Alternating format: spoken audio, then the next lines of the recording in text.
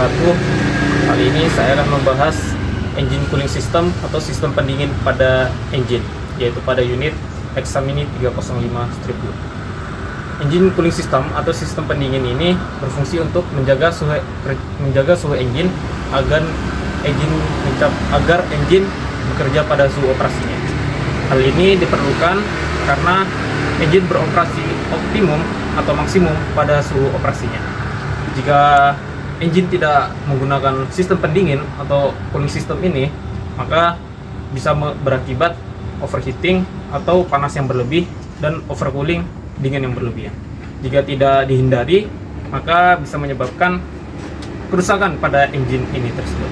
Ada beberapa komponen pada cooling system ini. Yang pertama ada radiator. Nah, radiator ini berfungsi untuk mendinginkan coolant.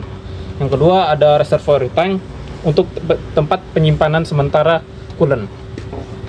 Yang ketiga ada pressure cap. Nah, pressure cap ini berfungsi untuk menutup radiator dan juga meningkatkan titik didih coolant. Selanjutnya ada termostat. Nah, termostat ini berfungsi untuk menjaga suhu engine atau menjaga suhu temperatur engine agar berada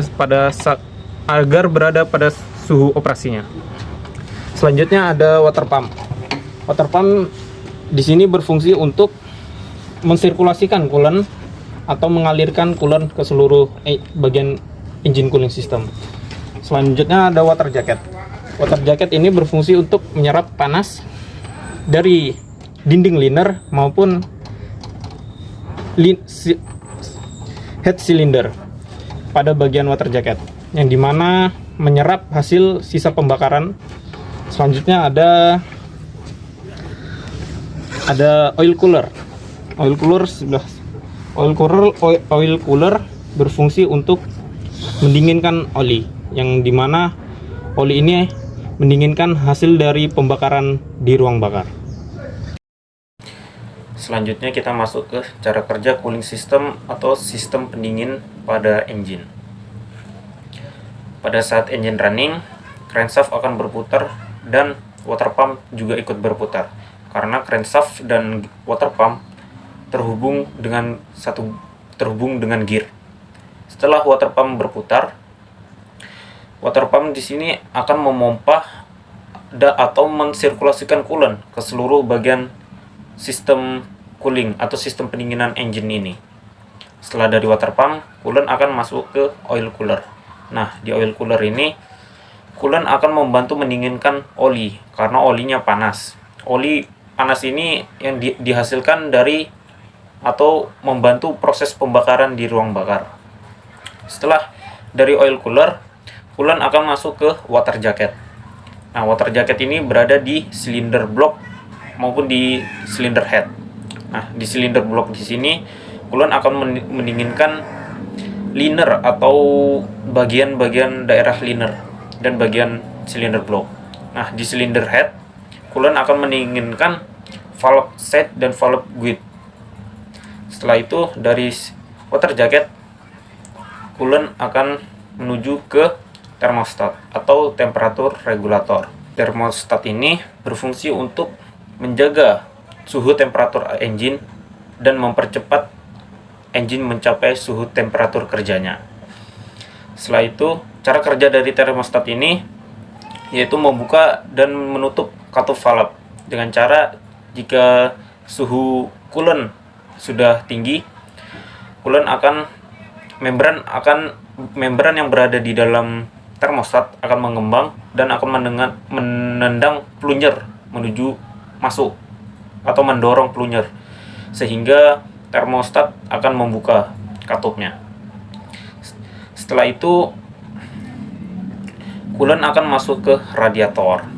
Nah, di radiator ini coolant akan didinginkan oleh udara dan dibantu oleh fan atau kipas radiator.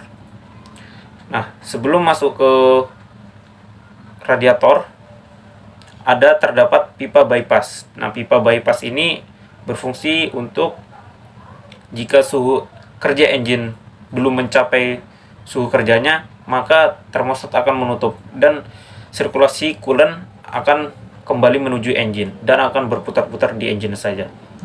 Setelah di radiator, nah radiator ini berfungsi untuk mendinginkan coolant dengan cara dibantu oleh udara dan dibantu oleh kipas, fin atau sirip-sirip pada radiator. Cara kerjanya, coolant masuk di upper tank dan selanjutnya akan masuk ke tube atau core atau pipa pada radiator, pipa-pipa kecil. Nah, pipa kecil ini berfungsi untuk mempercepat proses pendinginan coolant tersebut. Dan di radiator terdapat pressure cap atau tutup radiator. Nah, tutup radiator ini berfungsi untuk meningkatkan titik didih coolant dan berfungsi juga untuk sebagai tutup radiator. Di pressure cap terdapat dua katup, yaitu relief valve dan vacuum valve.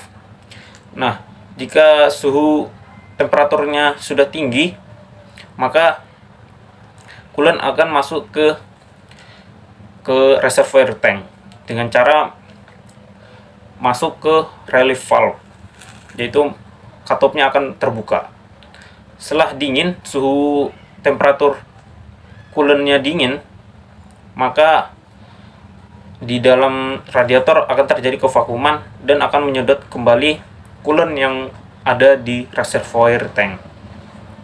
Selanjutnya, coolant yang ada di upper tank akan menuju ke lower tank melewati pipa-pipa atau core atau tube atau pipa-pipa kecil. Nah, di lower tank ini coolant yang sudah dingin selanjutnya akan masuk ke sistem pendinginan pada engine. Mungkin itu saja penjelasan dari saya tentang engine cooling system atau sistem pendinginan pada engine.